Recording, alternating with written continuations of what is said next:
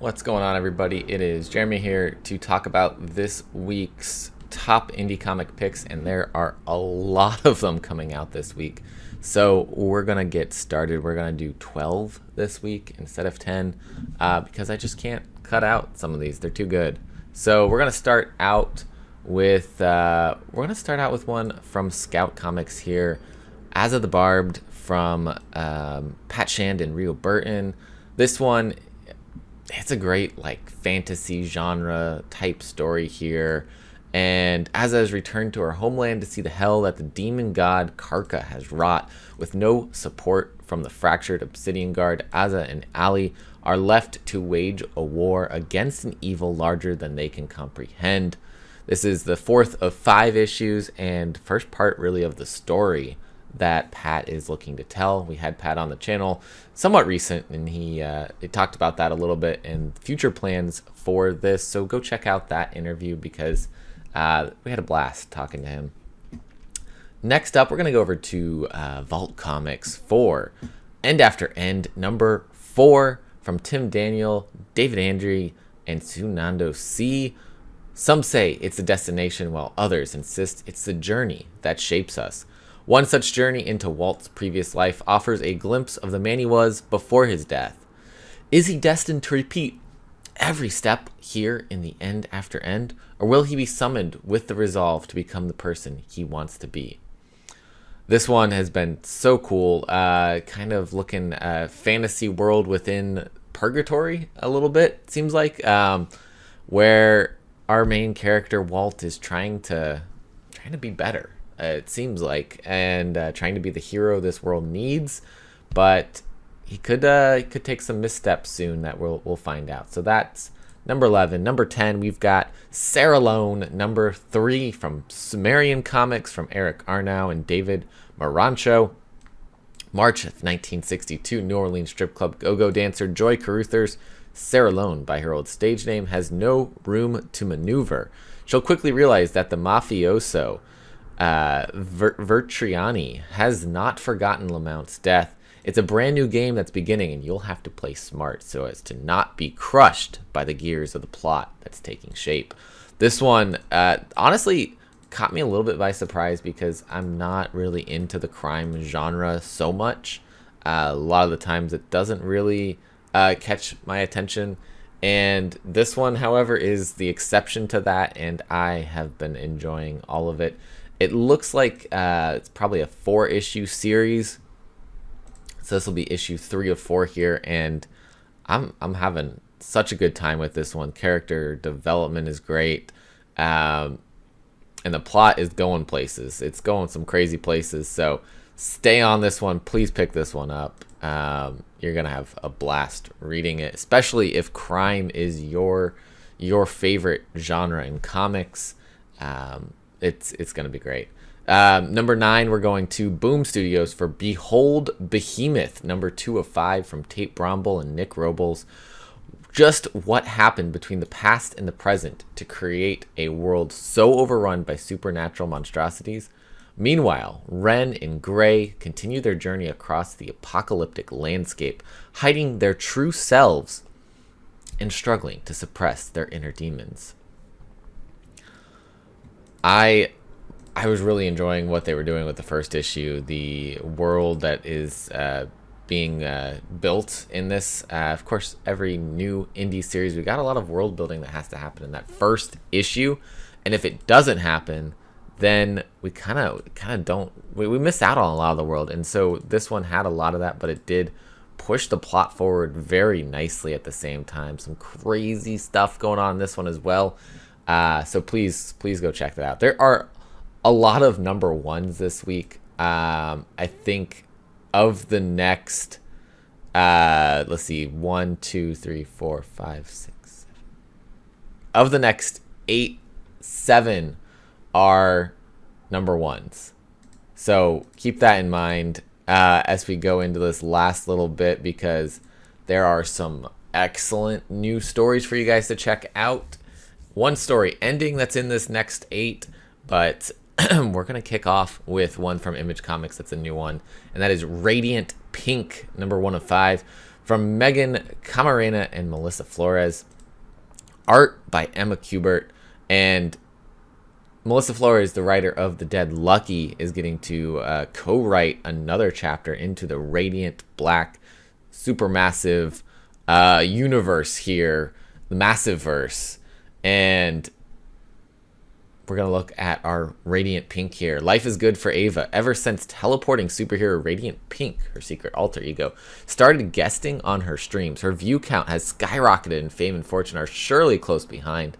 But when a charity appearance is interrupted by a squad of mercenaries hunting for the Radiant that powers her, Ava will find herself very far out of her comfort zone. Join streaming superstar Megan Camarena, rising star writer Melissa Flores, and third-generation comics artist Emma Kubert from Inkblot. We got 2 Emma Kubert books on the list this week, though, so this is gonna be good. For a galaxy-hopping thrill ride from the world of Radiant Black, perfect entry point for new readers to the line, and the perfect new series to hand sell to those hooked on Rogue Sun, Radiant Red, The Dead Lucky, and Cowl. I'm ready for this one. All of the series, I at least have been picking up the first arc, and so miniseries, it's all just the first arc, right? But I'm very excited. I love Emma's art. I love what Melissa's been doing with the writing in The Dead Lucky, and so this is going to be interesting to see them together, and especially with someone who is a streamer bringing that perspective into this Radiant Pink character who is a streamer. So I think that's going to be really cool. So I would recommend, if you've liked Radiant Black, checking this one out. I know it's hard when there's a universe being built. It's just like Marvel doing events and there's all these spin-offs and everything, but this is all really cool separate stories that are happening. Radiant Red was a contained story. Radiant Pink will be a contained story. Rogue Sun, Dead Lucky, and Radiant Black are the ongoings right now in the universe, or at least that's what it seems like. And so for me, those ongoings, I'm going to start reading trade paperbacks only after the first arcs, and that's my way of really not going too overboard pull list wise with where this universe could go, because I'm enjoying it, but there's a limit on when there's so many cool indie comics out there. So number 7 this week, we're going to go over to Whatnot Publishing for Quested #1 from Michael Calero and Thomas Parson doing the writing, and Kit Wallace on the art. Rising star at Marvel and DC Comics, Kim Jacinto doing the cover art on this one. Quested fuses the attitude of Hellboy and the fantasy adventure spirit of The Legend of Zelda as it follows the questing misadventures of pawn shop owner and morally ambiguous hero for hire Jinx through a world filled with lizard henchmen, dungeon bosses, and unicorn burgers. In episode 1, Faux Highness, when a plan to take advantage of a desperate king trying to protect his daughter goes wrong, Jinx and his 2 accomplices, guild members, find themselves actually having to save the princess. This one of the books coming from Whatnot in this first arc, this one was actually the one I was looking forward to the most. And so I think I'm gonna have a good time with this. I really like Kit Wallace's artwork and the animated style of it, so I think I'm gonna enjoy this. But we'll see. The last one for me, Ninja Funk, didn't hit. But this one looks like it's gonna be a little bit better. Firstborns #1 from Sumerian Comics here is going to be the number 6 pick this week from Ian E. Pliskin and Luca Vassallo. From the writer and artist of heavy metal drummer Stanley Green wakes up in the middle of the night from a restless nightmare. In it, his high school classmate David Pilgrim burns to death in front of his eyes right after coming in contact with a strange artifact of alien origin. Really loved heavy metal drummer. Also the Purple Oblivion, also coming out from them right now. I read that as a graphic novel back a while ago, but now coming out as single issues. Fantastic. So do yourself a favor, pick up Firstborns, especially if you loved heavy metal drummer.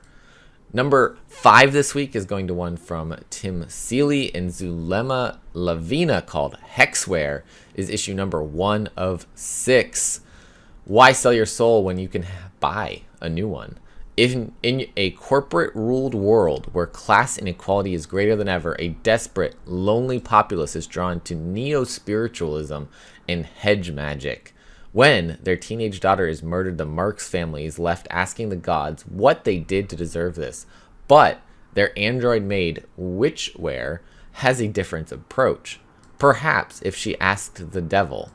A new futuristic miniseries by acclaimed creator Tim Seeley and rising star Zulema Scotto Lavina from Red Sonja and The Little Mermaid. The Magic Order meets Do Androids Dream of Electric Sheep in this dark mashup of witchcraft and sci-fi.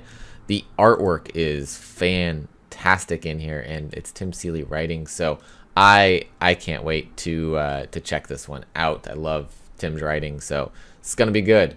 That's number 5. Number 4 is another one featuring Emma Kubert's art, and that is Frank Miller Presents Pandora. That is, or I guess Frank Miller Presents is the label, but it's Frank Miller's Pandora. Written by Chris Silvestri and Anthony Maranville, with art by Emma Kubert. What if you could have everything you ever wanted, but it was at everyone else's expense?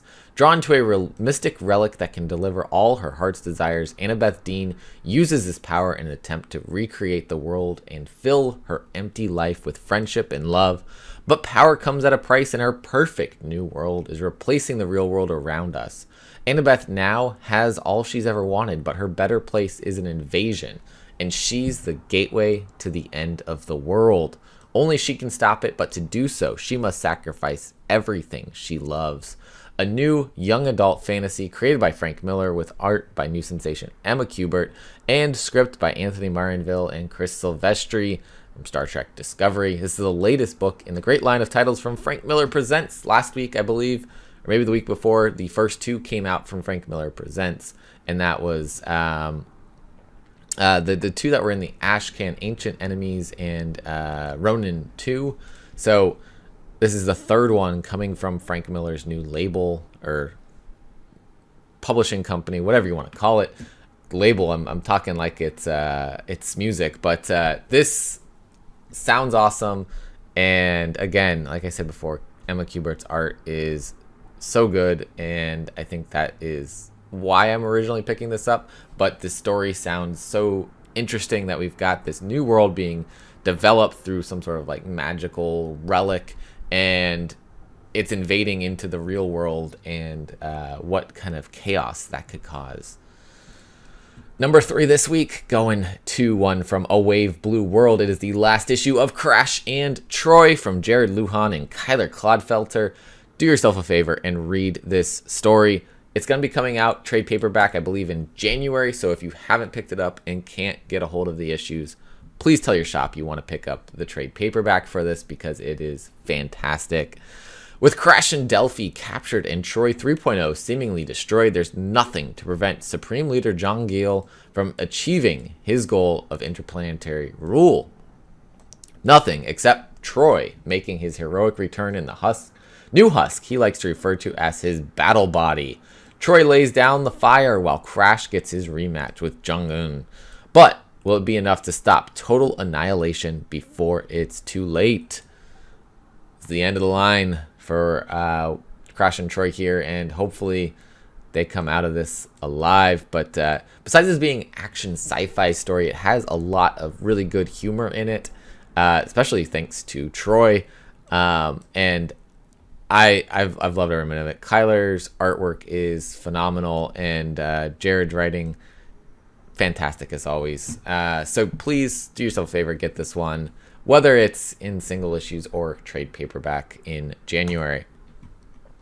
Number 2 on the list, a number 1 from Boom Studios, and that is Know Your Station from Sarah Gailey and Liana Kangas. Sarah Gailey, fantastic job on Eat the Rich.